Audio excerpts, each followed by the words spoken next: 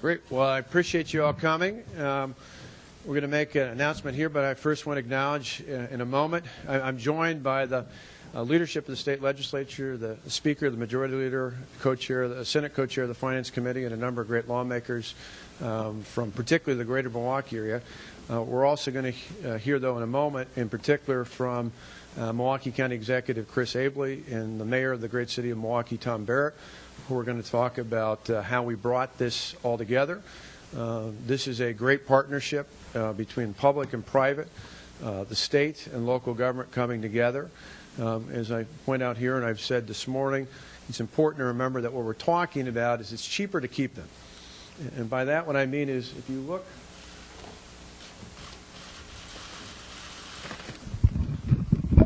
look here on this chart, if the price of saying no is at least $419 million. So if the state does nothing in regards to an arena in the city of Milwaukee, the price of no has a cost, and we believe it's at least $419 million. That's if you add together the cost that we currently have, or the impact today of revenues collected on income by NBA players that we currently have, which is roughly $130 million. If you look at over the next 20 years, the impact of revenues we believe that will be collected as contracts go up, and those are very fiscally conservative estimates we've looked at in the past. We talked about our original plan, the projection of how many more revenues would come in over the next 20 years. And then you add to that the impact of the cost to the state, because, of course, as part of the original Bradley Center, there are conditions that would have that facility revert onto the cost of the state. Just adding that cost just alone over the next 10 years. So it's 20 years, the lifetime of what we're talking about, the arena deal for income taxes currently collected. It's 20 years for the impact in terms of the next 20 years for revenues that we collected from income taxes as part of the growth. And then just the next 10 years' cost for the Bradley Center. Those costs alone get us at least $419 million. Now, obviously, it can be more than that. If you project it out a full 20 years for the cost of the BMO Harris Bradley Center, it becomes far greater than that, probably exceeding nearly $500 million. But just in those very conservative estimates, it's $419 million is the cost of doing nothing. Not a very good alternative. Versus right now, what we're talking about with a new arena plan, just for the state alone, the impact would be capped out at $80 million. This shows you how the arena funding is broken up.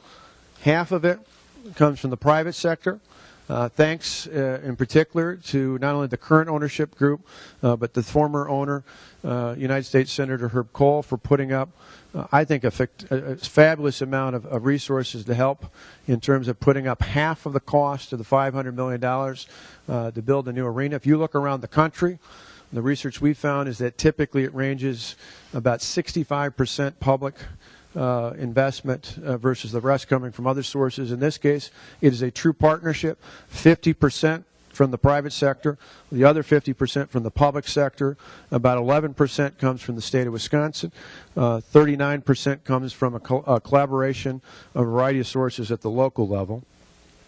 Then if you look at that in terms of an investment, for overall revenues, just for the state revenues that we get from existing as well as projected new state income tax revenues, it's a 3-to-1. What I mean by that is for every dollar the state invests, it is $3 in return of revenue when you add both the existing base and the new base. If you just look at new revenue, it's 2-to-1. So it's taking the base of what we get from every time the NBA plays a game in the state of Wisconsin, the revenue we collect, the just new revenue that will come in the future is 2-to-1. It's 3-to-1 when you already add the base out there, which is what I'll point to in the last chart here. And that is, you look at the impact of, right now the red here is what the state currently collects if we were continuing to collect that, and if that continued out at a flat rate. That's the base of what we collect from income taxes from players that play NBA games here in the state of Wisconsin. The gray here over a 20-year period is the cap, the investment the state of Wisconsin will make. That's $80 million. That's what is capped, so you can see the ratio. It's about half of what we currently collect. And then you look at the growth, the very fiscally conservative estimates that are projected out. we looked at and examined here in our administration. We worked the city and the county on as well. This is where the growth comes in the future. And again, you can see, particularly in that 20-year window, why that's so significant. So I think those very vividly, you know, they say a picture is worth 1,000 words. I think that's incredibly important because, again, the price of doing nothing is not zero. It's $419 million. The state's commitment is capped at $80 million. The overall public commitment is capped at $250 million. That means if costs exceed the $500 million that are estimated for this project, the public's commitment is capped at that $250 million. The rest would have to be picked up by the Bucks and their partners in the private sector. I think that's incredibly important. There's also provisions to protect the taxpayers that if for some reason the Bucks were to be sold, again, which we can anticipate when they're going to get this great new arena, it's going to be a catalyst in downtown Milwaukee for both the city and the county and the region.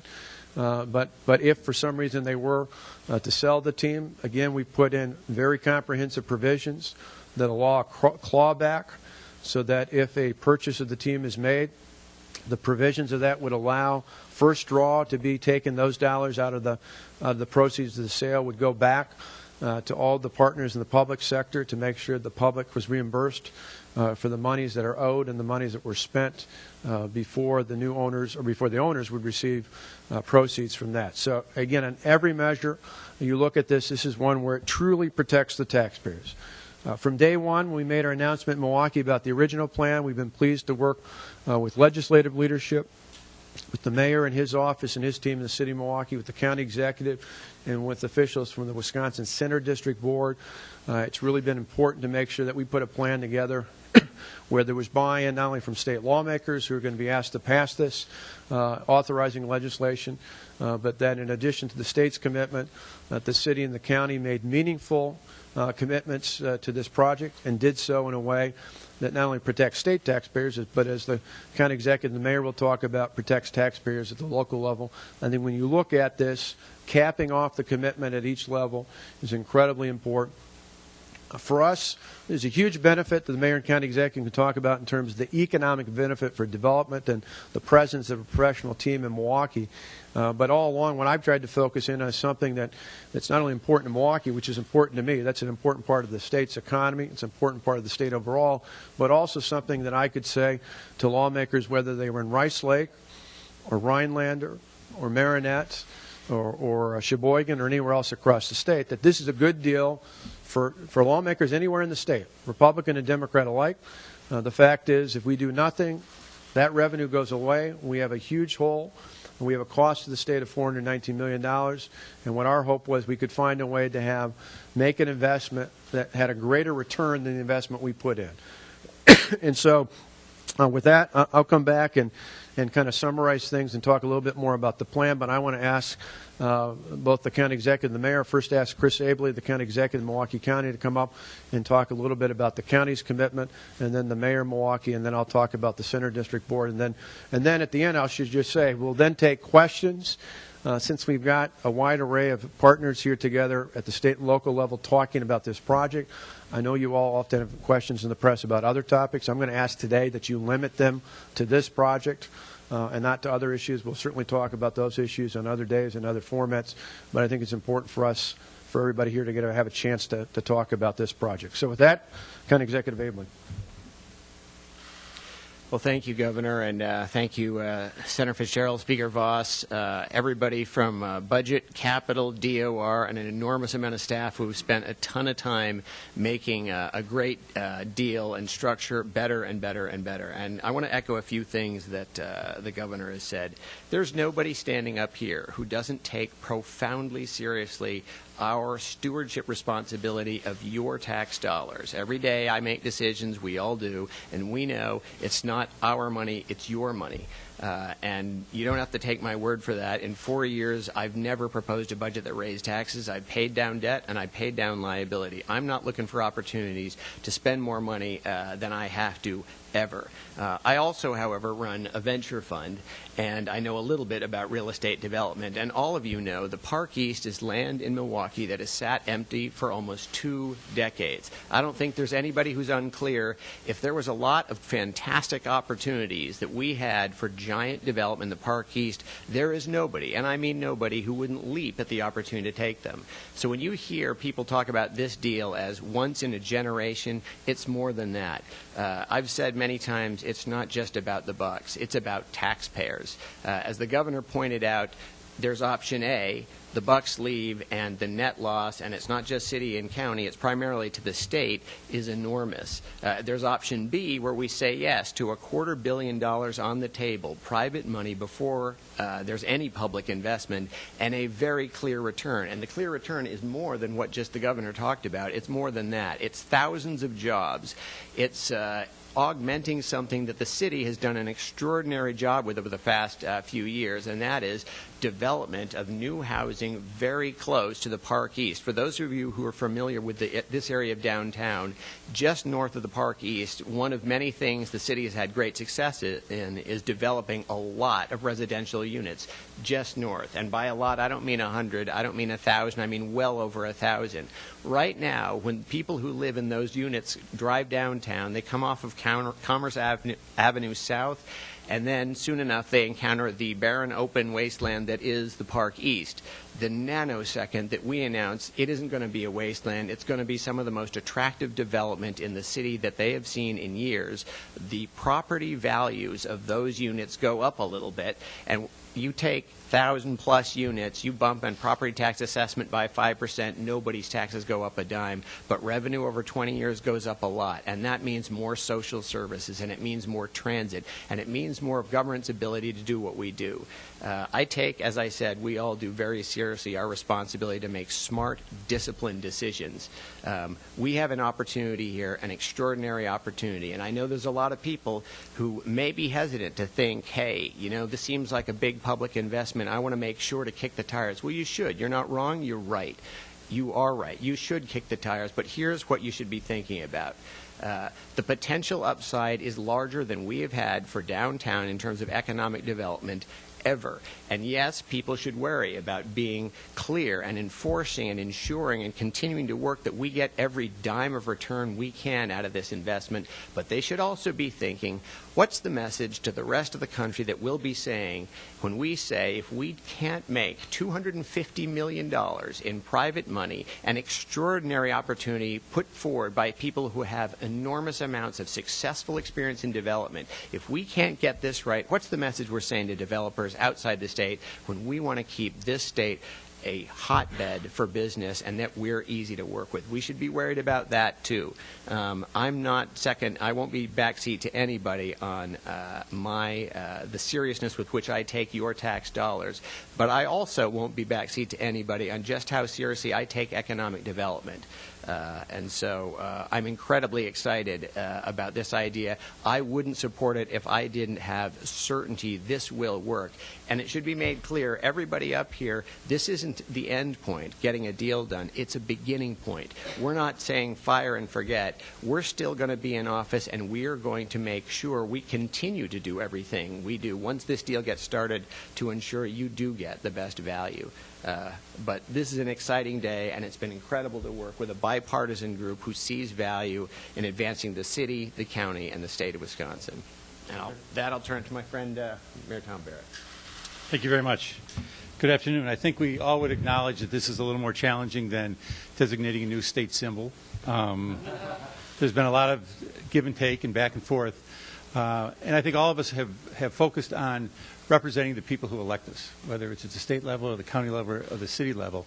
What we've tried to do is focus on our taxpayers. And what I said at the outset here is I wanted to have the Bucks stay here. I wanted to have a new arena, and I still want the Bucks to stay here, and I still want to have a new arena. I also have an obligation, as do all the other elected officials, to the people who elected me. And that's why I said that I was going to support a plan that would ensure that there would be no increase to the property taxpayers in the city of Milwaukee. And we have accomplished that goal. Because what we are doing in essence here from the local level, so I want to speak from the local level, from the city level, is really very similar to what the city of Milwaukee did when the Bradley Center was originally built. When the Bradley Center was originally built, the city of Milwaukee, even though that was a gift The building itself was a gift.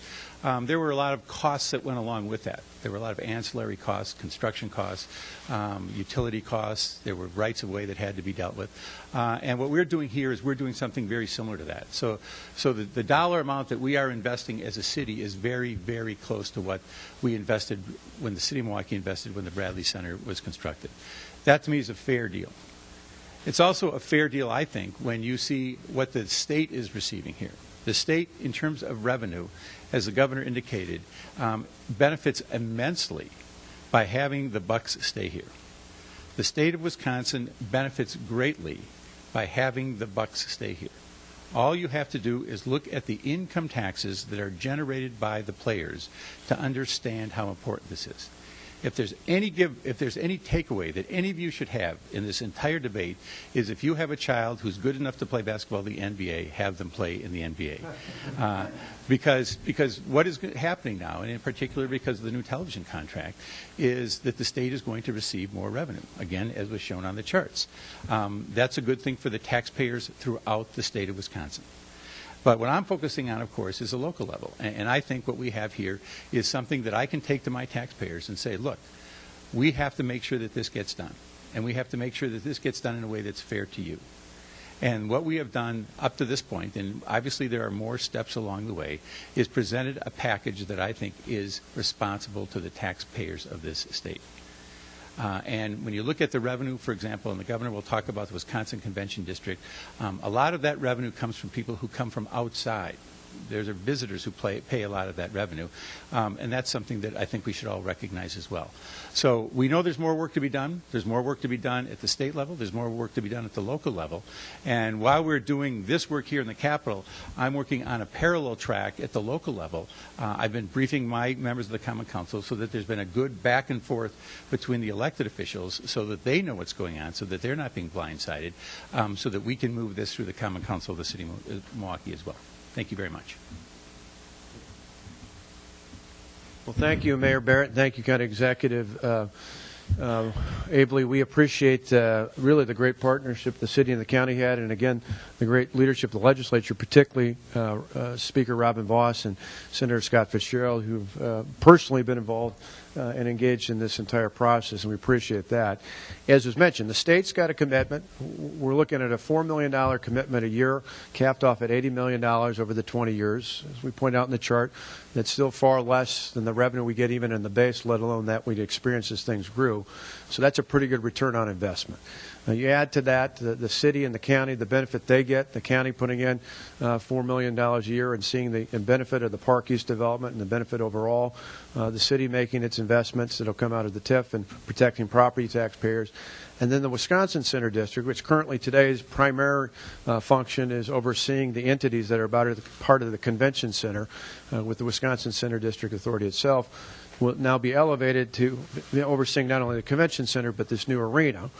And so that it's clear, as part of the local investment, to make this match, revenues that are currently collected or able to be collected by the Wisconsin Center District would be, right now, which are designated for paying off the bonds. It's been around for about 2 decades, back from the mid-1990s when the authorization was given to go ahead and build that new convention center.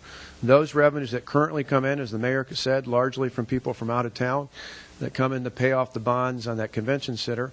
Now, the only thing in this plan that will specifically change in terms of a legal authorization will be to continue to use those funds after the bonds have been paid off on the convention center to apply those same revenues that are currently being collected or authorized by the Wisconsin Center District Board to use those for a new arena.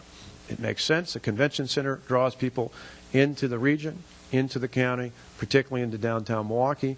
Obviously, a new arena would be a catalyst for that, and it would apply the same thing. So it's important to remember, because a lot of you were around, I certainly was around, some of us up here were around, when we had in this Capitol bills to authorize what is today Miller Park and legislation to authorize the expansion of Lambeau Field. I want to be clear, both of those obviously were catalyst projects, but this project is different. In the case of Miller Park, the state law was changed to authorize a new tax, a 0.1% sales tax in 5 counties in southeastern Wisconsin. That was a new tax to generate the funding that was needed to create what's now Miller Park. In the case of Lambeau Field, the expansion that was done there and the renovation was done at Lambeau Field, authorized Brown County to enact a new sales tax within that county. That was a new tax. In this case, there is no new tax. This merely authorizes, in the legal language that would be included in this going forward, authorizes the revenues that are currently legally offered to the Wisconsin Center District Board to pay off the bonding on not only the construction but the maintenance of that convention center in downtown Milwaukee. Will now be able to use going forward to pay for a portion of the local share. The local share is part of this overall package, city, county, state, and Wisconsin Center District, to put forward our match of $250 million to match the private investment and to say that's capped. No more. We're not putting in any more than $250 million total. The state's capped off at $80 million. I think it's one of those things where it's a great opportunity to protect the taxpayers. We put in place all the provisions of protection to make sure that taxpayers at the state, at the city, at the county level are protected. And as we said at the onset, doing nothing has a cost. The cost is at least $419 million. As we looked at all the choices, as we looked at all the options, it became clear, as those of us here and others who work so diligently with us on behalf of our jurisdictions recognized, doing nothing was not a good option. Doing nothing left a big hole in the state budget, left a big hole potentially economically in the city and the county and the region. This is a way where we have a win for taxpayers that puts more money back into the hands of the state's taxpayers to pay in the future for schools and investments and all sorts of other things, as opposed to creating a $419 million hole going forward. So we're pleased to be here today to make this announcement. And with that, like I said, we'll take questions on this topic.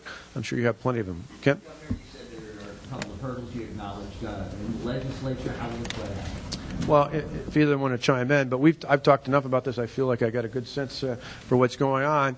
I think there's going to be some debate about in the budget or not. I think a lot of that's based upon people not knowing all the facts that are in there. You got a lot of moving pieces. You got a lot of different government entities coming together, and so it was important for us to spend that time of confidence between the city, the county, and the state working together. But I hope more of the people look not just at the plan, but look at, if you just look at strict numbers and you say, if we do nothing, here's the hole it creates, versus the investment that the state's willing to make, as well as the partnership, not only from the city and the county and the center district, but particularly from the private sector. I think increasingly people, I hope, will look around this state, whether they're in southeastern Wisconsin or clear on the other side of the state. I hope lawmakers will see it's not just a good deal. It's a really bad deal if we don't do anything. And so I think it's going to take some time. It's certainly going to take some discussions. But I'm committed to working with the members of the legislature, for that matter, in any political party that's interested in this, because I think it's in our best interest long term. For all of us who take an oath, part of that oath means we're looking out for the fiduciary responsibilities of the people we represent here in the state of Wisconsin. And if we do nothing, I think we're turning a blind eye towards that oath.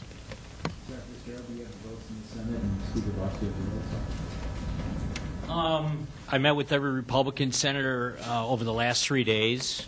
It was more a conversation of what does the plan look like? Is it in the budget, out of the budget? Could we do a separate amendment to the budget, which is another concept that's being discussed, but I don't really have a handle yet on kind of where the support is, and I think that'll take a while. We'll have to talk about it, and now that it's kind of out on the street, I think people get a feel for kind of what they can support and what they have concerns about. So, it's difficult to gauge right now, but we'll keep talking to people. I've also talked to Senator Schilling and a couple of members of the Democrat caucus who have approached me or said, what's going on with the Bucks arena deal, and certainly want to hear kind of their take on it as well. So that's kind of where we're at, I think, on members of the Senate at least. So yeah. If this gets removed from the state budget, what would be the steps that would have to be taken to get this deal approved? Well, the one concept is that it would be a separate amendment to the entire state budget, and if it would be voted up or down, included or not included, and then obviously it would make its way through the process. So it's a way that would accommodate some of the legislators that have concerns about having a bipartisan vote or having it included as part of the state budget. It's one way of handling that. I'm not saying everyone's on board with that. I'm not saying anybody's ruled that out. It's just kind of the concept that's been discussed so far. So, Robin, do you want to comment? We have caucused on this topic numerous times. Each time we have caucused, we have been pretty clear in our message, and that's why we wanted to make sure on behalf of the state, which is what, of course, Senator Fitzgerald and I and the governor were negotiating for, to make sure that we had a good partnership. Our caucus has had that discussion.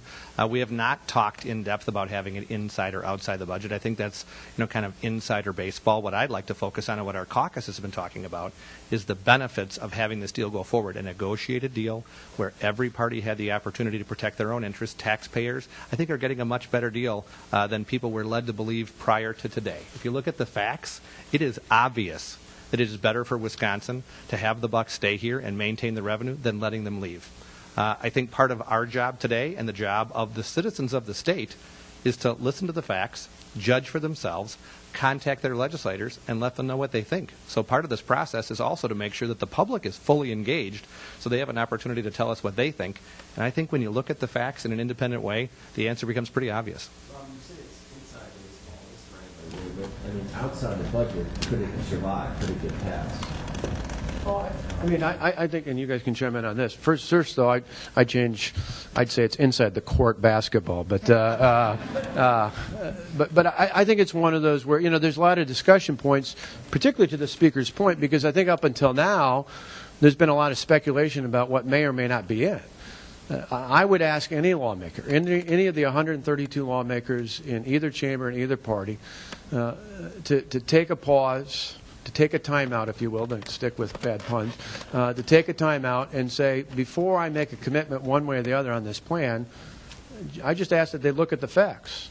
And I think, as we all felt, and as the county executive mentioned, this is a bipartisan effort here. There are Democrats and Republicans, city and county and state officials coming together on this, because what was universal for us was we realized that there's a price to know.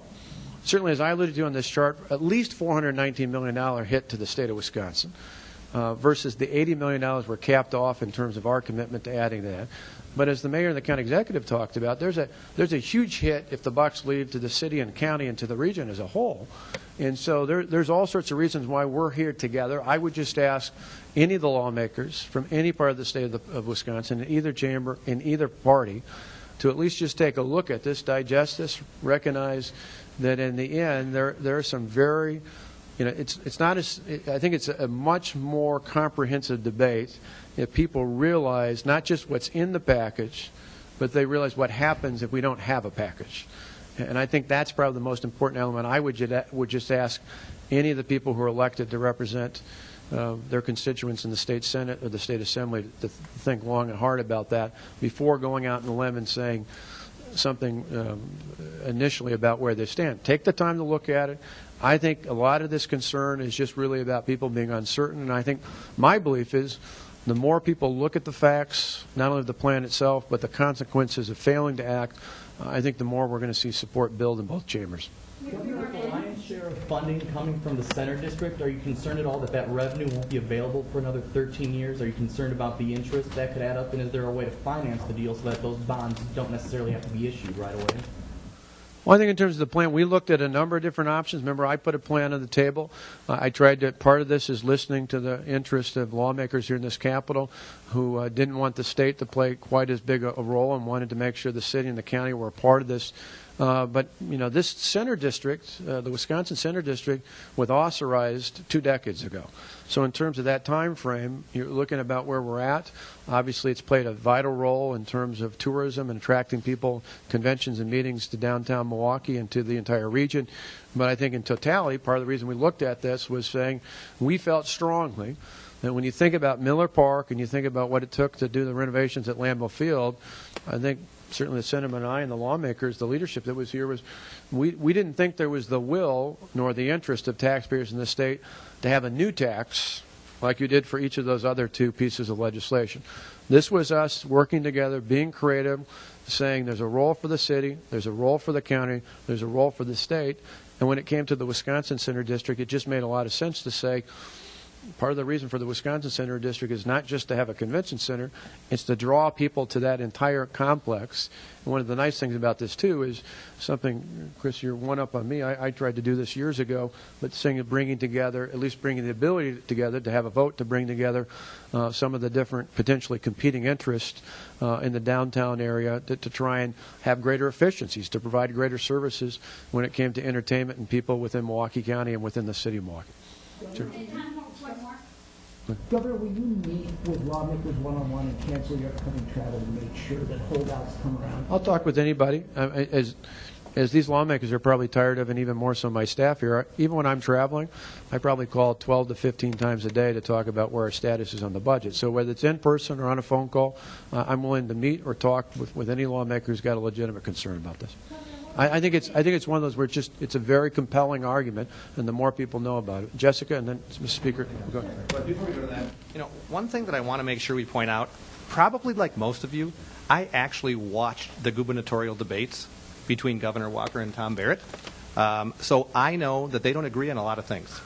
But I do know that in this example, they were both totally engaged. They were at the table. They negotiated in good faith. And I have no doubt that after both of these guys and all of us put so much effort into finding a deal that everybody could live with, I hope and I assume, because we've talked about it, that each of them will work their party, will work their interests, will work our members to get to an answer which is good for Wisconsin. Jessica? What do you say to people who see the dollar amount of investment that you want to make in the Bucks Arena and look at cuts to the University of Wisconsin system and say your priority drops? Well, again, in this case, it's a simple math equation. If we do nothing, there'll be bigger cuts in the future. I mean, it's pretty simple. Having a $419 million hole, this is unlike other scenarios. Let's be clear. Let's be brutally honest here. It's not the owners. It's the NBA Board of Governors have made it explicitly clear that if an arena is not up and going, or at least en route, by 2017, the team's gone. And so I want to be clear. I've never met with the owners. I don't have anything against them. I just never met with them. And the reason why is, for me, this has always been about protecting the financial interests of the people of the state of Wisconsin. It's a nice benefit that it helps the Bucks, and it's a great catalytic development for jobs and development in the city and the county and the region. But my number one priority as your governor is to make sure I protect the financial interests. The fiduciary responsibility for me is to protect the financial interest of the people of the state. And if I do nothing, if we do nothing here, there's going to be a $419 million hole that the state's going to have to deal with in the future. That's going to only force more tough choices in the future. So for anybody who cares about the UW or cares about schools or cares about law enforcement, cares about support for our cities and our counties and our other local governments across the state, this is a good deal for them as well. Because if we protect those revenues and we see a way to not only protect existing revenues, but we find a way that for every dollar we put in, we get $3 back in terms of new revenue and keep and protect existing revenue, that means we're going to have better budgets to deal with in the future. If we don't do anything, it means we're going to have bigger challenges in the future. So even if people say, you know what, I live clear on the other side of the state, and I could care less about the Milwaukee Bucks. I'm never going to see them. I don't like NBA basketball. If that's someone's opinion, they should still care about this. Because a $419 million hole is going to force tough choices for things they care about in future state budgets. I think that's the most compelling argument out there. Like I said, whether you live in Superior or Rice Lake or La Crosse or Kenosha or Rhinelander or Marinette or Sheboygan or right here in Madison, there's a pretty compelling case to be made if you want future budgets to be able to fund the things that are priorities. So those of us who live here in the state of Wisconsin, we doggone better find a way to make sure that this revenue doesn't go away.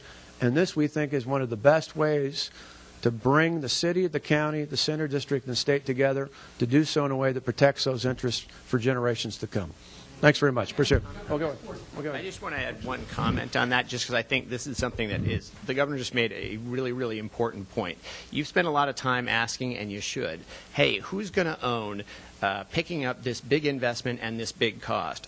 A question you should ask every legislator that you do about this is, who's going to own the big hole that's going to result if we don't have the Bucks? Because I've spent the last 4 years working very hard to restore social service. It's going to be a lot harder for me to restore social services if there's a big hole in the budget. Forget the Bucks for a second. put this decision just inside a box and you're just looking at the numbers part of this. Option A, we lose an enormous amount of revenue and there's a hole in the budget and it's going to hit all of us, and nobody wants to see that. Option B, we have a lot more revenue going forward, and that's the sort of revenue that, as the governor rightly pointed out, can go towards things like the UW system, which we all care about. I don't think there's any difference of opinion about wanting to get the best value, but I don't think there's anything wrong with you asking about the cost and expense. You should ask. I'm just saying you should also ask who's going to own. Who's going to be the legislator that say, I own the big revenue hole in the state that will be the result of not getting this deal done? Because, to the early question, are we willing to talk with legislators? I will talk to anybody in this state, and I will go through every program that gets funded by state revenue and tell them exactly, well, hey, forget basketball, right? I don't want a giant revenue hole. I want increased revenue going forward, and I will spend as much time as it takes, and I think we all will. And frankly, Speaker Voss and Majority Leader Fitzgerald have had a lot, and it's taken a lot of leadership to see not just the cost, but the benefit, and to see that it's important to avoid the hole. It takes guts to get up and say, this one matters. They've done that, and I just don't want us to lose that point. Thanks. I'm not in charge of naming rights, but honestly, if you wanted to call it the Don Walker Center, that wouldn't be a bad idea. Yeah, and that, again, in terms of those details, we'll certainly follow. For us, this is about what the state and the local government's commitment is. It's capped overall at $250 million. It's capped at the state level at $80 million. It's a good deal going forward, and as we mentioned, it's a good deal for Milwaukee and the Bucks, but it's really important to the state as a whole. So thanks very much for coming. Thank you all. No, that's fine. Thanks, John. Thanks, John.